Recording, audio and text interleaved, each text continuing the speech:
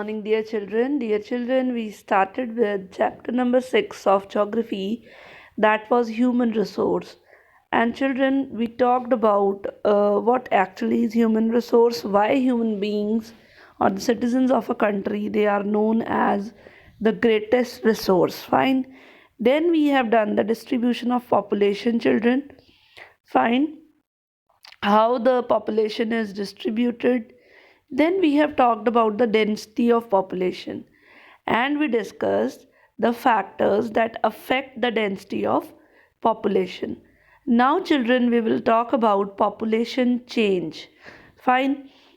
Always, children, the population keeps changing. So, population change refers to the change in the number of people during a specific time. So, you all know that the population cannot be same all the time. It keeps on changing. The world population has been not stable. Obviously, it cannot be stable. If you will just check out figure 6.3, you will notice that the population of the world has increased many fold. Fine. Why it has increased? Due to the change in the number of births and deaths.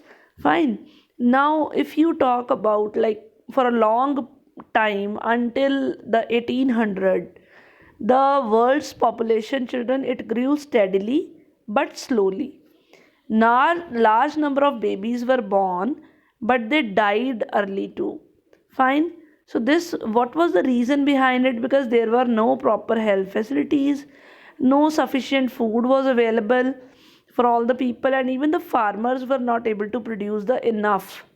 Fine, they were not able to, you know, produce enough so that everybody could meet the requirement of food.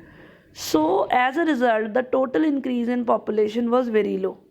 Then, children, if you talk about 1804, then at that time the population of the world it reached 1 billion, and 155 years later, that is in 1959, the world's population, children, it reached 3 billion, and at that time it was called a population explosion. And children, in 1999, means after 40 years, the population became doubled from 3 billion to 6 billion. Now, what were the reasons of this increase in the population? Because better food supplies were available, now medicines were available, the death rate was reducing, but the birth rate was still the same, means it was high. Now, children, the births are usually measured using the birth rate. Fine. So, how's the birth rate measured? The number of live births. Fine. Per thousand people. In per thousand people, how many children survived? Babies survived. Now, death, it is measured using the death rate. What is it? Number of deaths per thousand kilometer. Fine. Now, children, see in the glossary, life expectancy, the number of years that an average person can be expected to live. Now, migration or movement of people in or out of an area. What is it? It is the migration. Fine. When you are going in or going out somewhere. Births and death rates. Births and death are the natural causes, children, of the population change. So, this difference between the birth and the death rate of a country is called the natural growth rate. The population increase in the world mainly due to the rapid increase in the natural growth rate. So, natural growth rate increases, so that leads to increase in population. Fine. Now see figure 6.4, how the balance of population they have shown. Now, if the birth rate is more and the death rate is less, the population will increase. If they both are same, the population stays the same. If death is more, birth is less, the population will decrease. So, this is the balance. Now, children, migration is also the other way by which the population changes.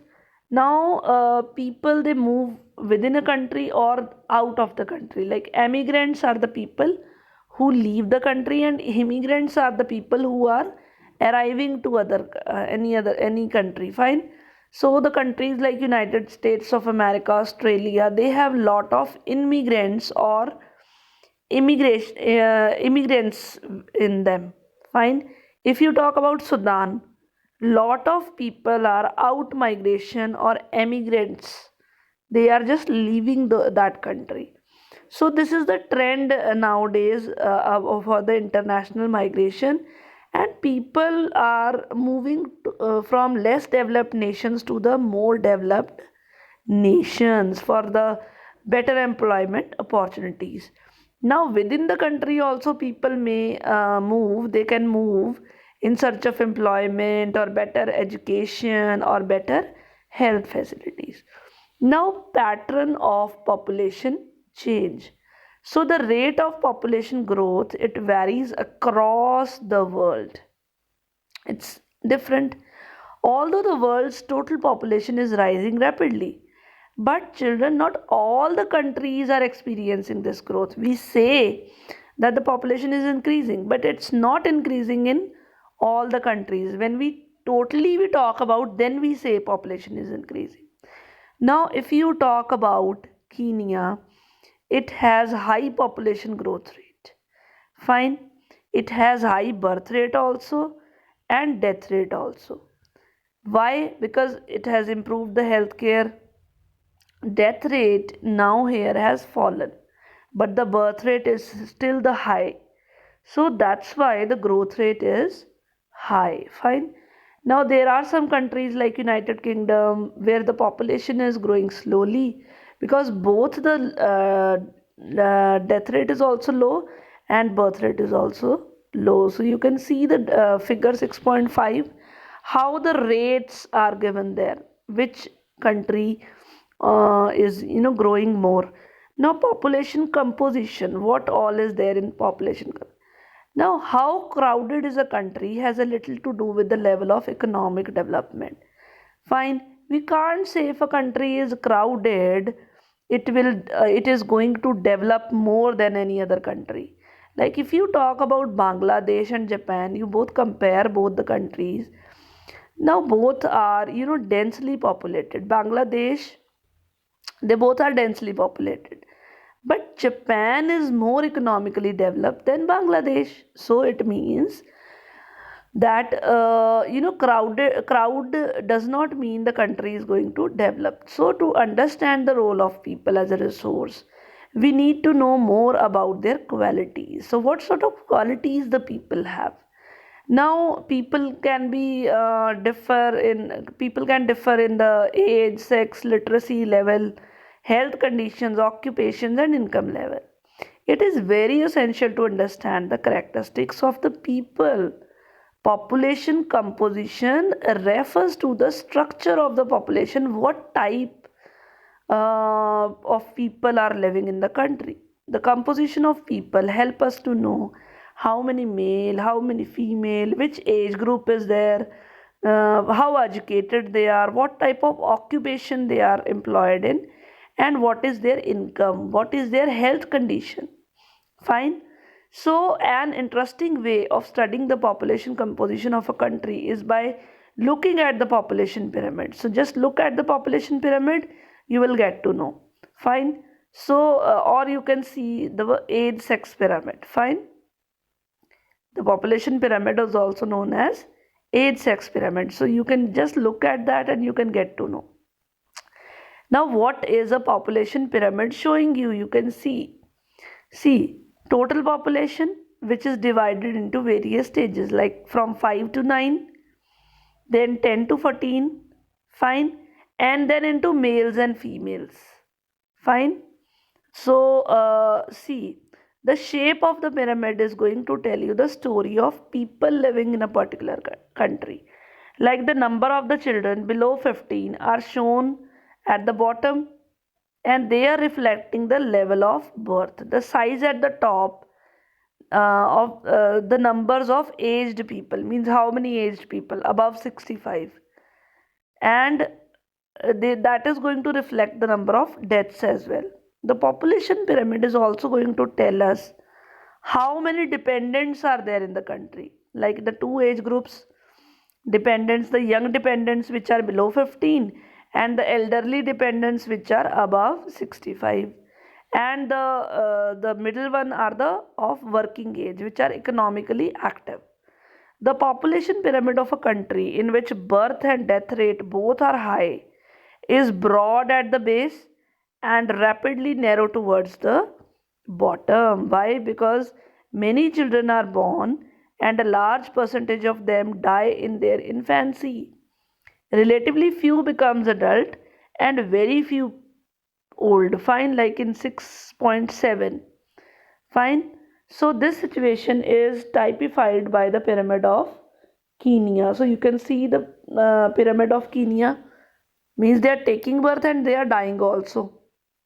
In countries where death rate, especially very young and decreasing pyramid, is broad in the younger age group because some infant survives in the adulthood. Fine. And this is seen in the pyramid of India. Where is pyramid of India? 6.8.